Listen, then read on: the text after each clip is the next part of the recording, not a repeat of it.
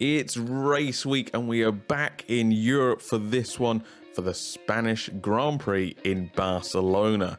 The Spanish Grand Prix in its current form has been around since 1991, so it's a race we all know at this point, and it's also been one of the main tracks for winter testing. So the teams love it here, and as fans, we've got some pretty good memories here too. The track itself is purpose-built with a mix of high-speed corners in the first sector and low-speed corners in the final third. And of course, there is one long straight down the start-finish. It's a little over 4.5 kilometers long, quite a short one compared to what we've seen so far. And this also means we'll be racing for 66 laps. The track will have 2 DRS zones to aid in overtaking, one on the short straight between turns 9 and 10, and one down the pit straight. Unlike our previous race in Miami, there'll be plenty of history to talk about here. Last year, Lewis Hamilton had his Mercedes qualified on pole and won the race ahead of Max Verstappen. In fact, Hamilton has won the last 5 Spanish Grand Prix, so he's in a good run of form, but it's looking unlikely he'll be able to continue that streak this time out. Our other previous winners that are still active include Verstappen in 2016, Alonso, who won in 2013, and Vettel, who won all the way back in 2011. Last time out in Miami, we saw the Red Bull of Verstappen overcome starting in 3rd place to win ahead of the 2 Ferraris of Leclerc and Sainz. That race wasn't the most thrilling, so can Spain serve up something better? The Constructors' Championship is a right battle at the top right now, with Red Bull picking up some very valuable wins in recent races. Ferrari are still at the top of the tree with 157 points. Red Bull right behind though on 151 points. That's literally 6 points in it now. Mercedes are falling back on 95 points in 3rd place. The Drivers' Championship is looking very much the same, with Leclerc in top spot with 104 points, Verstappen in 2nd now with 85 points, and Perez holding 3rd place with 66 points.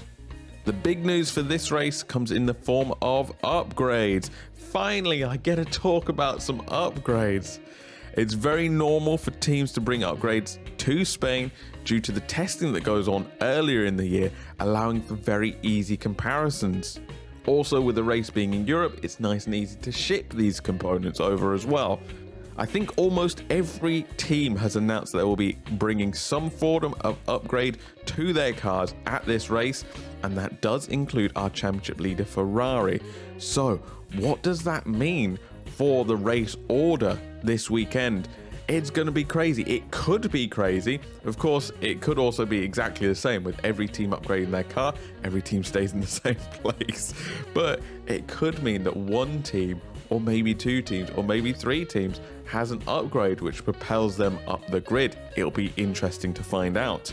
In other news, there is also still some rumblings surrounding this jewelry and underwear ban rule situation. Whatever's going on there, it sounds silly, but Hamilton, Vettel, Magnussen and Gasly are still fighting to get that rule overturned or not looked at or ignored, or whatever they've been doing for the past couple of years.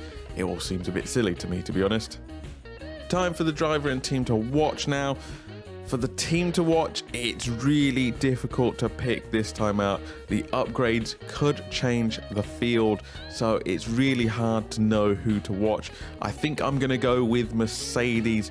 If the upgrades can solve their porpoising problem, which they said it would definitely help with, it might launch them back into the title picture. And imagine that, Mercedes coming out of nowhere and getting back into the title fight. Ooh, let's hope that can happen. The driver to watch for me this time out is, of course, Alex Albon. It's got to be, right? He's had a brilliant run of races, picking up a few points for Williams along the way in a car that honestly shouldn't be getting any points, right?